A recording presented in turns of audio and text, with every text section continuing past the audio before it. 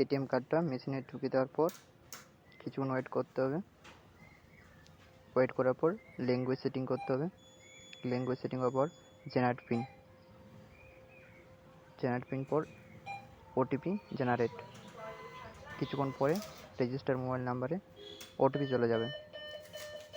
এরপর এটিএম কার্ডটা বার করার পর পুনরায় আবার এটিএম কার্ডটা ঢুকাতে হবে। ঢুকিয়ে দেওয়ার পর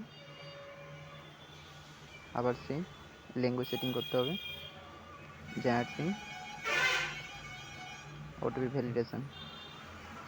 রেজিস্টার মোবাইল নাম্বার যে 6 ডিজিটের ওটিপি এসেছিল সেই ওটিপির নাম্বারটা এখানে দিতে হবে। ওটিপি নাম্বার দেওয়া হওয়ার পর ইয়েস করে দিতে হবে।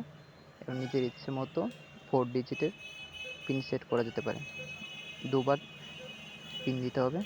দুবার পিন দেওয়া হয়ে গেলে পিন সেটিং হয়ে যাবে।